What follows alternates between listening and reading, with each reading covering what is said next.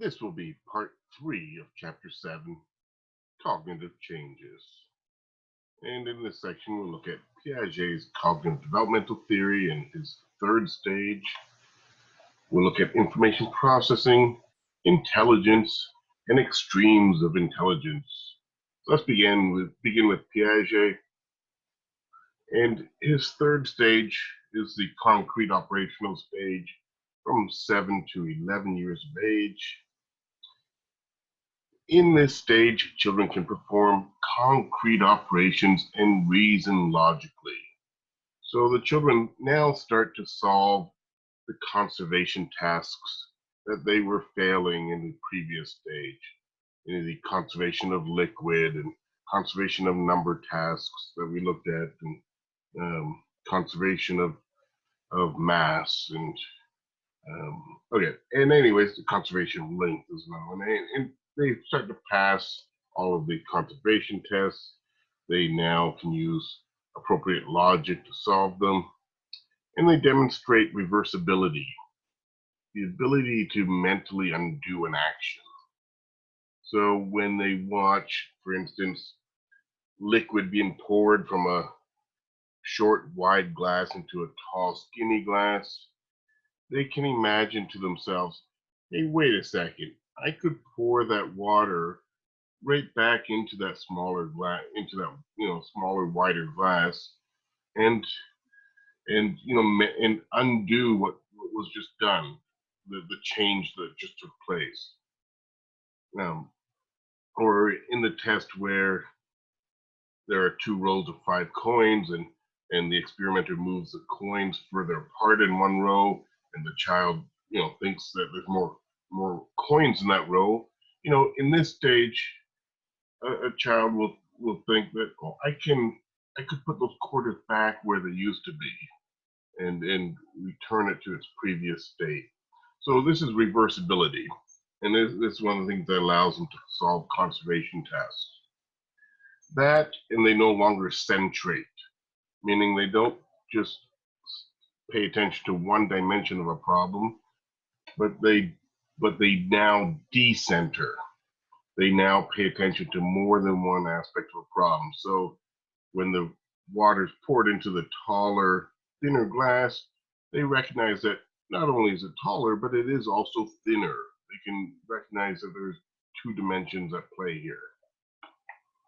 Okay, they're also able to classify things into different sets.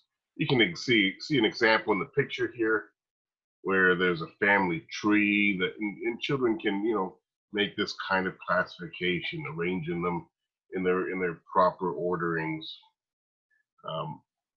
Children can also engage in seriation at this age, which is ordering stimuli along a quantitative dimension.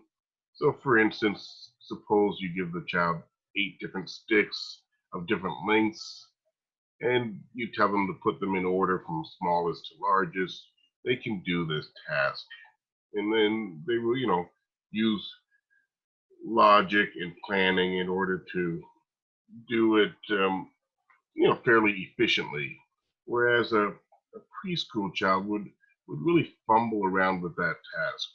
Even if they could eventually solve it, it would take them a while, and they would make many mistakes in their orderings of the sticks. And finally, they could also engage in transitivity logic at this point. Transitivity is the logical ability to understand that if A is greater than B and B is greater than C, then A must be greater than C.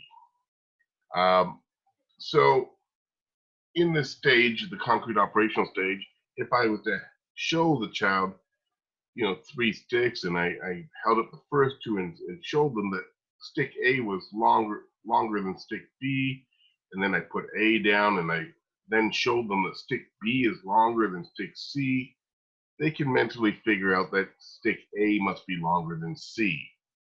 However, they cannot do that problem mentally if they hadn't seen if they don't see the sticks or some kind of objects or pictures. This is why Piaget called this stage the concrete operational stage. They are now operational, meaning that they have logic, but they can only apply it to concrete objects, meaning that they need to see objects in front of them, or they need to see pictures in front of them. They are applying logic to the here and now, to what they can see, to their, in their immediate environment. What we'll see change in the final stage when we get to the formal operational stage is that they will start to be able to solve these problems mentally, and they will think more hypothetically and abstractly. But for now, they're stuck in the concrete world, and can apply logic only to the concrete world. So that same task with the sticks, if I just do it mentally and say, hey, I happen to have 3 sticks, and stick A is longer than stick B, and stick B is longer than stick C. I mean, I'm not saying that they would never get the right answer or be able to figure it out, but it would be a much harder task for them, and they wouldn't consistently always be able to apply logic when it's just given to them mentally. Okay, so concrete operational stage, they can apply logic in the concrete world, and that's all I'm really doing with Piaget's 3rd stage. I do want to mention the Neo Piagetians. These are, well, Neo meaning new, the new Piagetians. I mean, these are people that believe in Piaget's theory, but they have advanced it and added to it, kind of, in a sense, combining it with information processing. So they've brought in certain variables from information processing, like things like the speed of processing of the brain, and the concept of automation, like as certain processes become automatic, that you get faster at doing them, and you can then do more, combine larger chunks in your mind to do more complex logic. And they always also talk about your working memory size, and these are very much terms and ideas coming from information processing, working memory, speed of processing, processes becoming automatic, and the Neo Piagetians are really kind of taking Piaget's initial framework and then kind of sprucing it up with some more modern ideas and modern variables that weren't really talked about back in his time. Okay, let's go on. Speaking of information processing, so during middle and late childhood, most children dramatically improve their ability to sustain and control their attention. And so remember, sustaining is just holding their attention on one thing. Controlling it is being able to selectively pay attention to certain stimuli in the environment. Remember how I talked about the preschoolers and that they had trouble with paying attention to relevant versus salient stimuli, that they, if a clown was to walk into a room and give directions, they would be too busy looking at the funny clown to really pay attention to the directions. Now, because they have more control of their attention, these elementary school children can focus on what is the important stimuli and the important variables that they need to pay attention to. There are changes in these areas of memory, thinking, metacognition, and executive function during this age. I'll go through each of these variables, at least briefly. Starting with memory. As it says here, long-term memory increases with age during middle and late childhood. Our long-term memory is, well, in a sense, you could think of it that it's always increasing. I mean, we're always adding to our long-term memory throughout our lifespan, but they're more, children in the elementary school years are just much more efficient at transferring information to their long-term memory than preschoolers or younger children are. One experiment I wanted to mention has to do with expertise, and this was an experiment by a researcher named Chai, C-H-I, and he had younger chess players as one subject group. As it says here, they were 10 and 11-year-old expert chess players. So they were, knowledgeable chess players. Then they had college students that really didn't know how to play chess, or were, very poor at it. And they compared them on two memory tasks.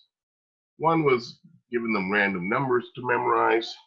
And you can see in the chart there that the college students, the orange bar, they remembered on average somewhere around 9 random numbers, whereas the 10 and 11-year-old children only were remembering around 6 numbers.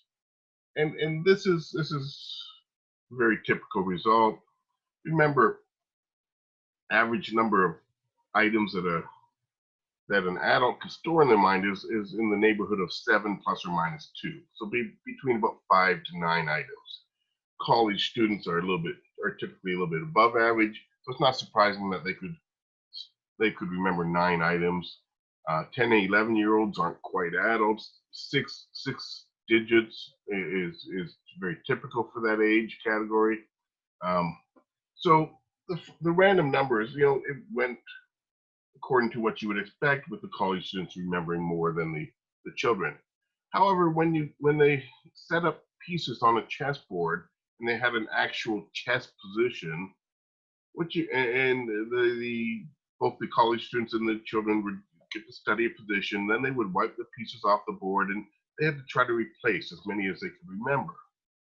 So these chess pieces, you can think of them, they're just items, just like the numbers, but as you can see, the 10 and 11-year-old chess players outperformed the college students in the chess piece memory task.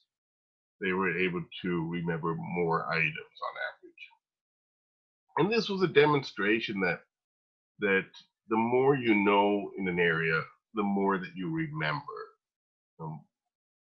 That having a base knowledge in a certain area allows you to remember more new information within that area. What they were doing, of course, were one of the things that they were doing to help with their memory was with chunking. The more you know about an area, the larger the item sizes are that you remember. So somebody not familiar with chess would just each chess piece on the board would represent one item to them, and so you would expect them to only get around 7 items. Whereas a more expert chess player, they would see groupings of pieces at times. Not always, but there's certain configurations that they would recognize. So just for any chess players out there thinking about something like a fianchettoed kingside castle position. I mean, it involves 3 pawns, a bishop, a rook, and a king. And that's like 6 pieces that really only takes 1 item in memory. So you can see larger groupings. Anyway, so this was a clear demonstration. It's an older experiment, but one that just shows that as you have more knowledge in an area, you do chunking of items, you can remember and recall more in that area. So if you and I were both to learn something new in developmental psychology, I would probably remember more details about it because I have more background knowledge. Right.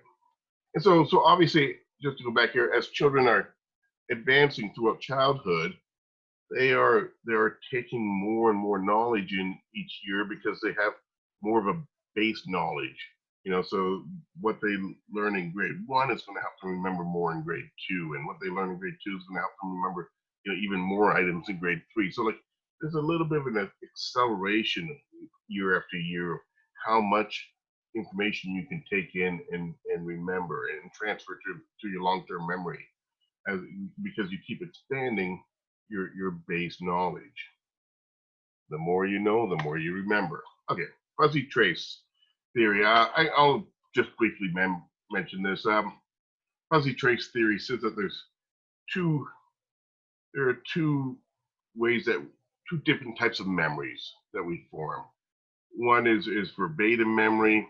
So like if you hear somebody say something and you might remember the exact words they used, or you read something and you remember the exact words and you form a memory of them.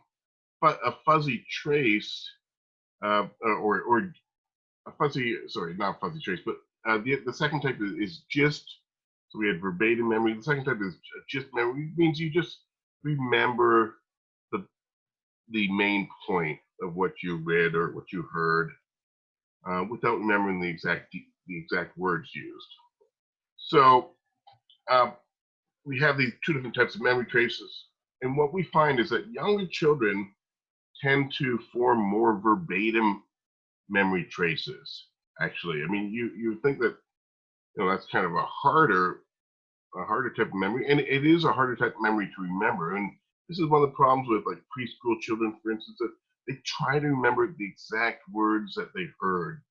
If somebody's telling them something, and they tend to form a memory trace using those exact words.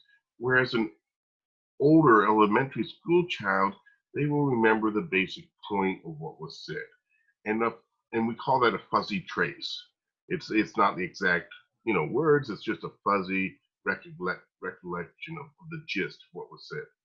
And a fuzzy trace is easier to recall. It is a better memory source. You can remember fuzzy traces longer than verbatim traces, and so this is an advantage that happens as they move through elementary school. They store more and more gist memory rather than verbatim memory. Thinking.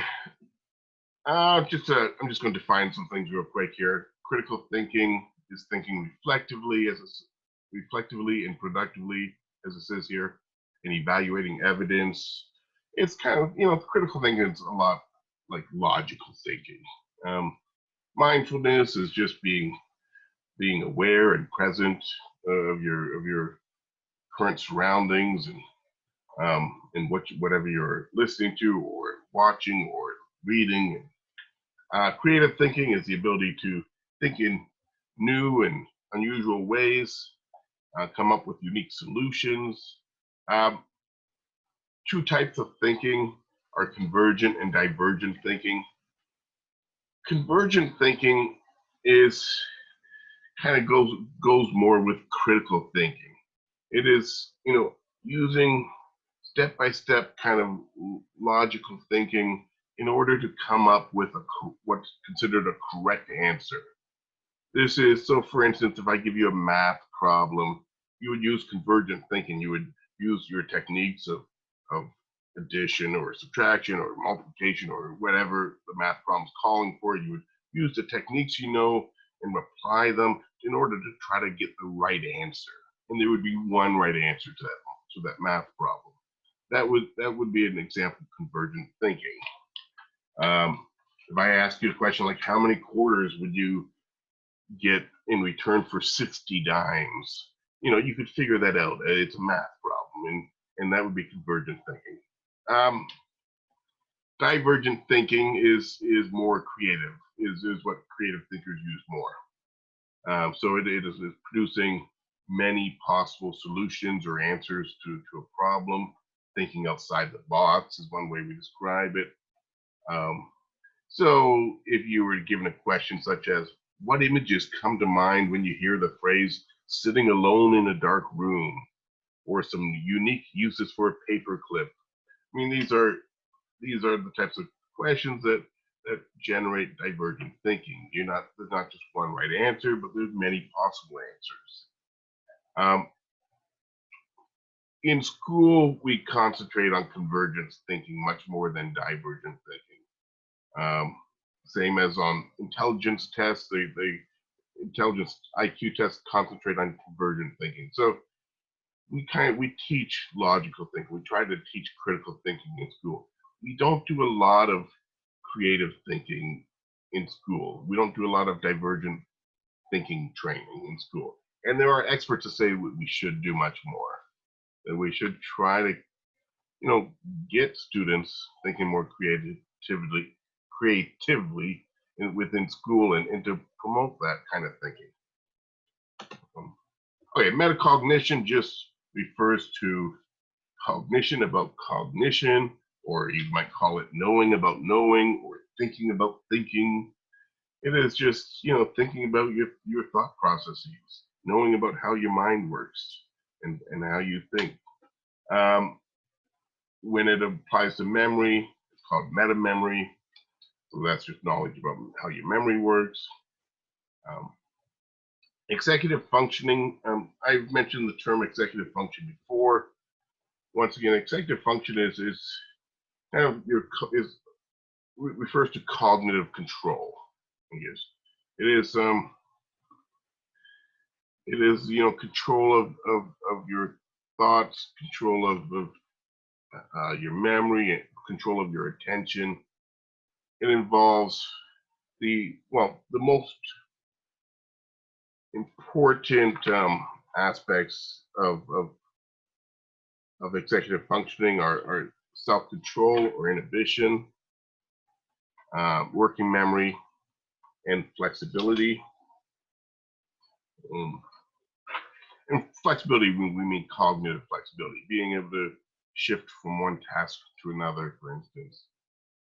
Okay, so anyways, that's enough. And all this executive functioning and self-control and cognitive flexibility, I mean, this is really all stemming from your prefrontal cortex, which is why I've labeled that as kind of the most important part of the brain, what really makes you a human and a thinking human and who you are.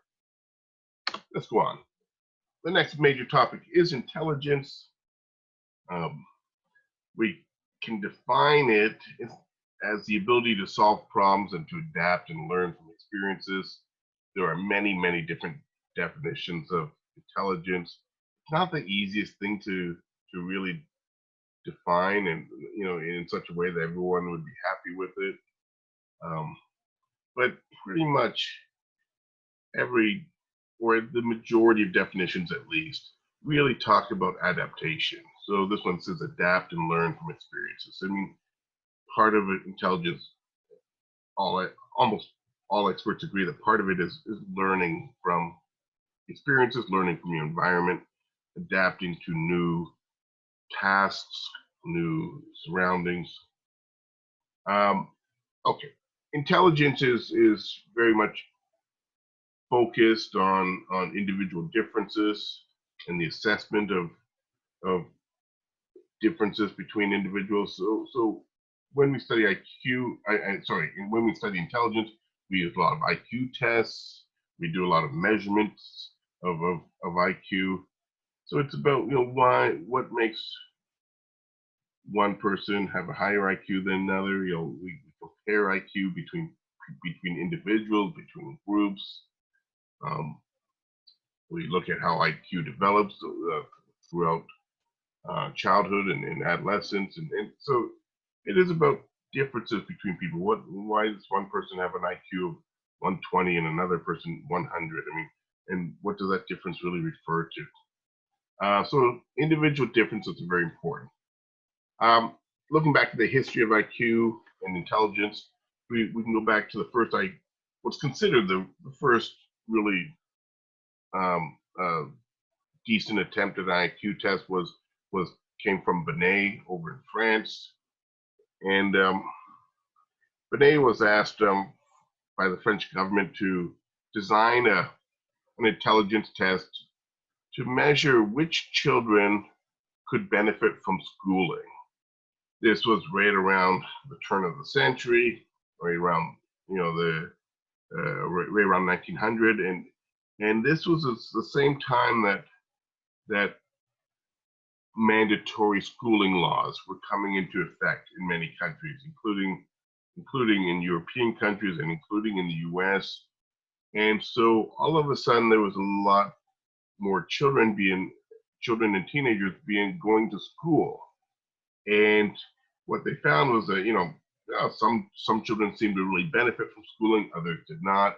And so this was why the French government wanted a test to kind of separate the children into different levels, which ones can benefit more from school and which ones can't. So Benet's first, coming up with the first IQ test, he was highly successful. It was a 30-item test called the 1905 scale. So that's when it came out, 1905. And like I said, for first try, he had a real variety of questions. He did a really good job of separating students based on what we decided we would call intelligence. Okay, one term he introduced with his intelligence test was mental age, and so based on the score of his test, he would assign a student a mental age. This was the age that they were performing at mentally. So we could compare the mental age to the chronological age to see if they're above average or below average. So if I'm a 10-year-old and my mental age is 11, I'm performing above average. Now we have the original Binet test has made its way to the United States, where Stanford University translated the Binet test into English. It became the Stanford Binet, and it's now gone through a number of revisions. We're up to the Stanford Binet 5 test, which came out in 2004. And so, this Stanford Binet was, based on the original Binet test, over 100 years ago, back in 1905, and like I said, it's been translated, it's been revised over the years, and the Stanford University handles all the revisions. They are the ones that handle the Binet test. Okay. Anyways, I'm going to move on. William Stern is an important figure as well in IQ, as far as IQ testing. He was the one that came up with the intelligent quotient, or IQ, formula. So he was the first one to call it an IQ. And his formula was basically that you take the student's mental age, divide it by the chronological age, and multiply it by 100. This will ensure an average IQ of 100, which still to this day remains true of all IQ tests. We set them to have an average of 100. So, and that should hopefully make sense to you. So if your age is 10 and your chronological age is 10, your mental age is 10, you divide 10 over 10 gives you 1, you times it by 100. So you would have an IQ of 100. That means you were performing at the same age, at the mental age that matched your chronological age. And if you had a higher mental age, you would have an IQ over 100. If your mental age was lower than your chronological age, it would be under 100. Okay. This, by the way, was in 1912 that William Stern came up with this formula. IQ equals MA over CA, mental age over chronological age, times 100.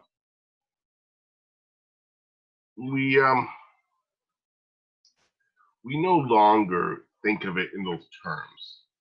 And we still call it an IQ, but mental age, chronological age, it made some sense perhaps when we were originally just testing children. But, suppose I have a chronological age of 55, and I take an IQ test and my mental age comes out to be 65, let's say. Is that a good thing? It's higher than my 55, but, I'm a 55-year-old thinking like a 65-year-old. It just doesn't really make sense to say that the same way that saying that a 10-year-old thinking like a 15-year-old, you'd say, wow, yeah, that's really good. But saying that a 50-year-old thinking like a 60-year-old or something like that, it just doesn't really convey what we mean by IQ. So no longer do we think in terms of chronological and mental age. We just think in terms of a normal distribution. So the IQs of any large population approximate a normal distribution a bell-shaped curve. I'm sure you've seen it before, and there's a picture in the book. And actually, I could just skip ahead real quick. So, here's example of two bell-shaped curves, and so because we know that the IQs of a large population approximate this, we can figure out things about an individual based upon their IQ score. We can figure out where they would fall in the population, for instance. So if you end up with an IQ score of 115, it would mean that you are at the 84th percentile. You're at or above 84% of the population. If you had a score of 130, it would mean that you were at the 98th percentile, and so you're in the top 2% of IQs. If you had a score of 70, you would be in the bottom 2%, 70 or below. So, anyways, so now we just think of it as where do you fall in the normal distribution, and we can understand like how many people in a population fall at different scores and in different ranges, and we know that most of the population is going to be close to 100 because of that bell-shaped curve. I'm going to go back there real quick. Because of that bell-shaped curve, you can see that the height represents how many people are what percent of the people are at each score, and you can see because it goes up in the middle. And just looking at the first I'm just looking at the first curve that says 1932 at the top. I mean, it's centered at 100. You can see most people are going to be right around that 100 score, and as you go up higher scores or lower scores, you get fewer and fewer percent of the population in those scores. Okay, let me go all the way back here. So that was William Stern's IQ formula. I'm not going to bother with the Wechsler scales. I guess I'll mention them real quick. I mean, Wechsler is another IQ test, very popular IQ test. One thing that's nice about the Wechsler is that they have separate scales for different ages and different age children. So they have the Wechsler scale for children, which is the one listed here from 6 to 16. But they also have a preschool and primary scale, and that's for like 2.5 years of age up to 7 years and 3 months. So from 2.5 up to about 7 years, let's just say. But they have a separate scale. So I mean, they have different scales for different ages. They have an adult scale as well, and that's nice. So I actually like the Wechsler scale if I'm using a scale for children. I still like the Stanford-Binet overall for doing adult IQ tests, but they're both very popular now. Okay, we're going to look at a couple of theories about multiple intelligences. We'll look at two of them. The first one is Sternberg's triarchic theory of intelligence. So he says that we have three major types of intelligence: analytical, creative, and practical. Analytical intelligence is kind of like logic. It's what we mainly evaluate and teach within school. It is, it's like when I was talking about critical thinking and convergent thinking. That's really part of analytical intelligence. Creative intelligence is more divergent thinking, and like I said earlier, we don't really measure or test for it as much in school. And then we have practical intelligence, which is people that may have really good, for instance, social skills or good common sense, but these things don't necessarily show up in school, and yet those people will tend to do well in life and do well outside of a classroom. So somebody, let's say, with good mechanical knowledge and a good business sense, I mean, they might start their own auto shop and be very successful and do really well in their business. And even though they may have been failing courses at school, and and not doing well on something like an IQ test, and not doing well with the grades, and I mean, so that would show that maybe they have really good practical intelligence, or maybe they have good creative intelligence, but their analytical intelligence is lower. So what Sternberg says is that you can see different patterns these three types of intelligence in people, and it helps to determine kind of where they end up in life and what they end up doing. Then moving on, we have a second multiple intelligence theory, and this one comes from Gardner, and it's known as his 8 frames of mind. And he says we have 8 types of intelligence. There's a newer version with 9 types of intelligence, but we're just going to stick with this one, the original here. And you can see the 8 different types listed here. Once again, each of them, everyone has all 8, but you have them to various degrees. You might be really low in some, really high in others. And what you're particularly high at will once again kind of determine what kind of things you do in life, what kind of jobs you pursue, and things like that. Okay, going on. Evaluating the multiple intelligence approaches.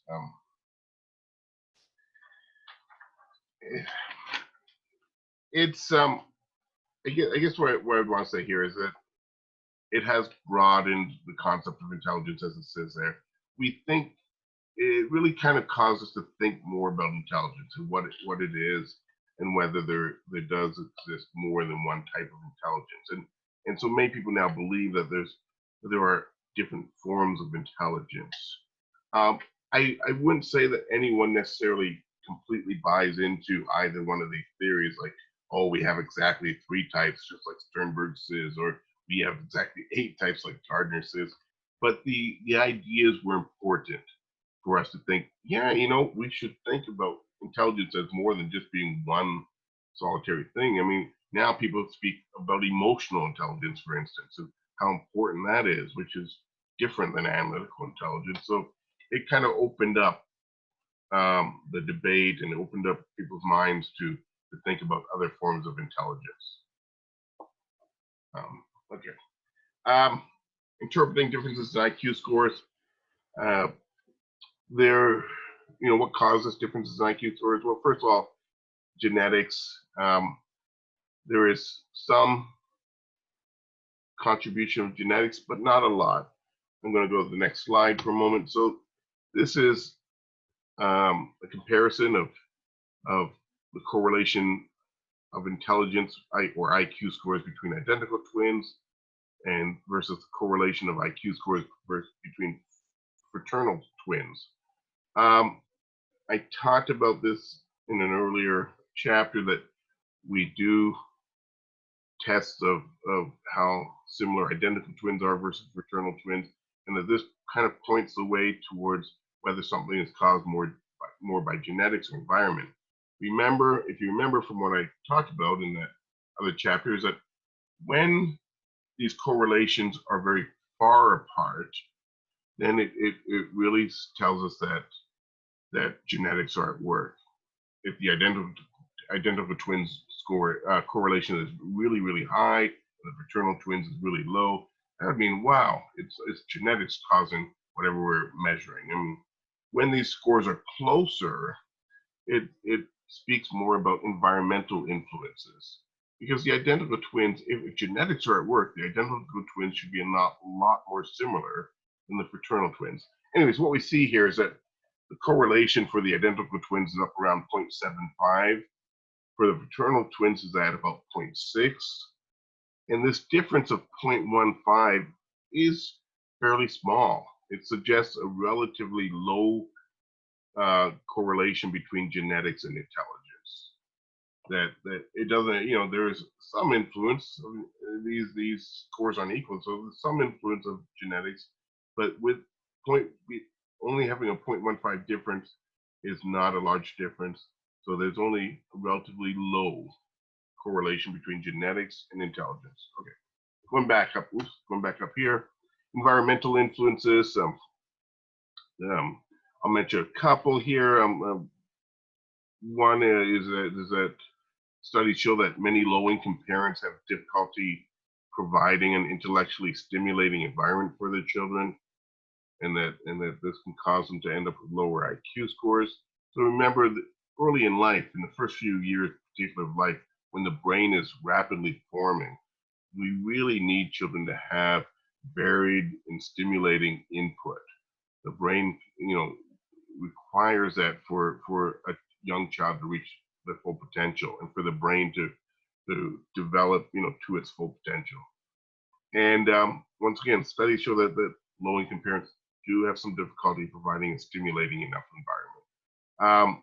There's also research showing that when children are adopted from low socioeconomic status parents or households, I should say, to mid socioeconomic status parents and households, we typically see a 12 to 18 point increase in IQ.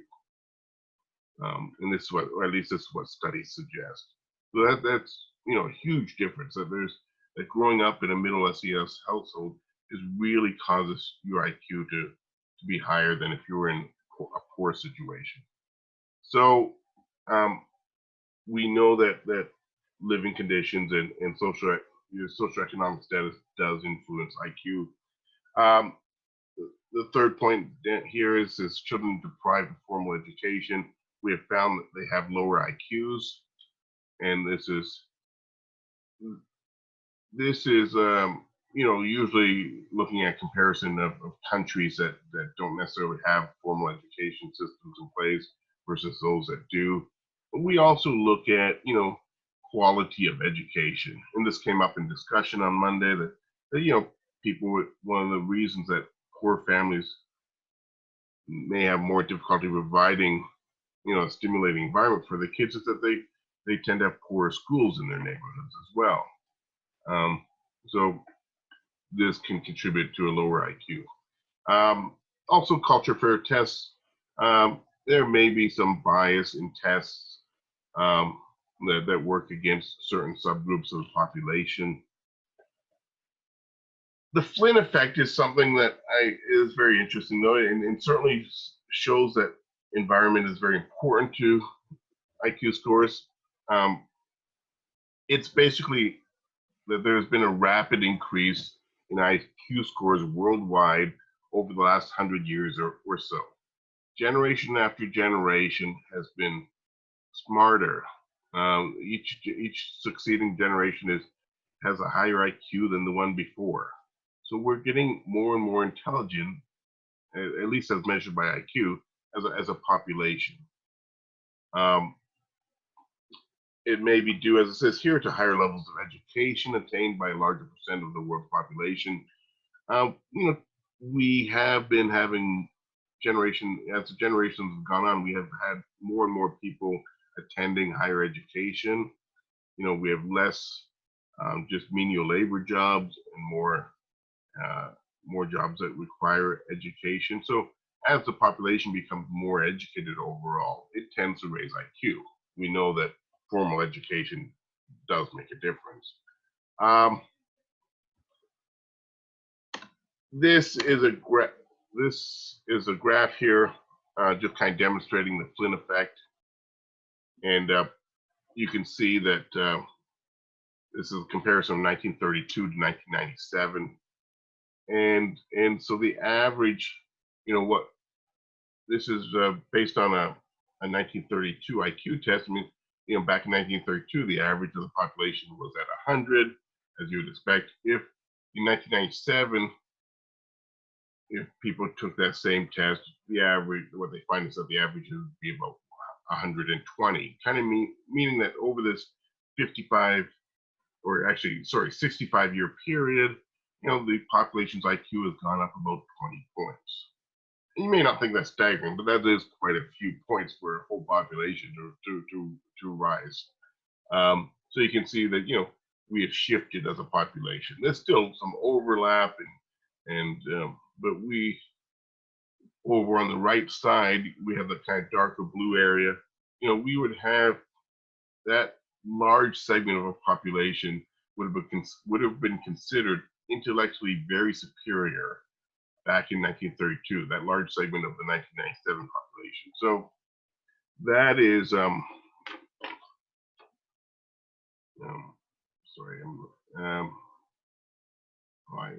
okay, never mind. I don't need to continue with that. But anyways, a large segment of our population now would be considered geniuses, if you go back 50 or 100 is basically what's showing here. So they've actually shown, like, this is just one graph, but there are graphs where they've done, IQs, looked at IQs of the population, like I said, over the last 100 years, where they measure it every now and then, and it's just steadily risen.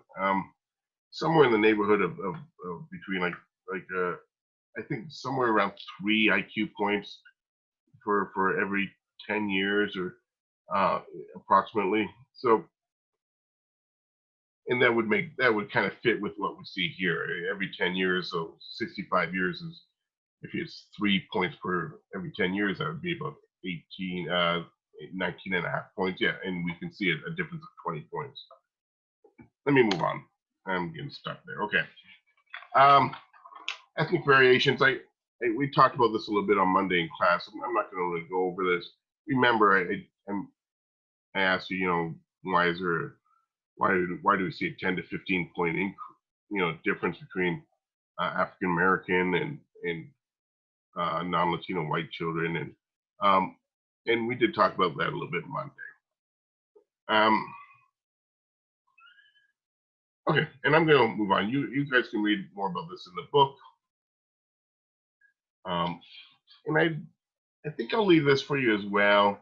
You can read about how difficult it is to come up with culture fair tests. They're very difficult. And in fact, Robert Sternberg, just to mention one thing here, he's the one that says, if you look at the second last line, he says there are no culture fair tests, only culture reduced tests. He believes there's no such thing as a culturally fair test. I mean, no matter how you make the test, it's going to favor one segment of the population more than another. Okay. Extremes of intelligence is the last part of this section, and we will look at two extremes. Intellectual disability is the first one. So this is having a low IQ, usually below 70. And we classify somebody as intellectually disabled, not only if they're, we do look at IQ, and typically it's below 70 that kind of signifies this, but we also look at how they adapt to everyday life. And so if they are managing on their own, and they're looking after themselves, and they have a social life, or they're holding a job, I mean, no matter what their IQ is, we probably would not call that person intellectually disabled officially. So they might have a 60, let's say they have a 67 IQ. I mean, it's below 70, but if everything else is demonstrating that they're surviving and adapting and doing well, then we take that into account as well. So whereas in the past it used to be only based on IQ, now they look at day-to-day functioning abilities. Two types of intellectual disabilities are listed here. The first is called organic intellectual disability. So it's caused by genetic disorder or brain damage. So, one prime example would be Down syndrome. Somebody with Down syndrome has an average IQ of about 50, which is around second grade level. And so it is a biological issue. There is a second type called cultural familial retardation. So there's no evidence of biological damage. IQs are somewhere between 50 and 70. And let's say that this comes about through a combination of just, first of all, normal genetic variation. If a couple has a bunch of kids, some of them have lower IQ, some have higher. So there's always some variability in just in genetics to help to determine IQ, but also that's one part of it. So normal genetic variation plus growing up in a below average intellectual environment. So if you kind of start out with that you have a lower IQ genetically, and then you also add on a below average intellectual environment, which we also know harms IQ, you could end up being intellectually disabled, even though you have no biological or genetic damage. The other extreme of intelligence is giftedness. So typically we look at IQs of 130 or higher, but also somebody might be considered gifted if they just have a superior talent in one area, even if their IQ is not that high. Ellen Winner talks about 3 criteria of gifted children. Love her name, Ellen Winner. She studies giftedness, so it seems appropriate. Okay, what Ellen Winner says is that gifted children tend to be precocious, meaning that they master an area earlier than their peers. So they're faster. They get things earlier in life. They march to their own drummer, just basically meaning that they learn in a different way than others. So they're often very good at discovering knowledge on their own, for instance. And finally, that they have a passion to master. They typically are self-motivated, people that end up being gifted. So they don't have to be pushed. They want to learn things.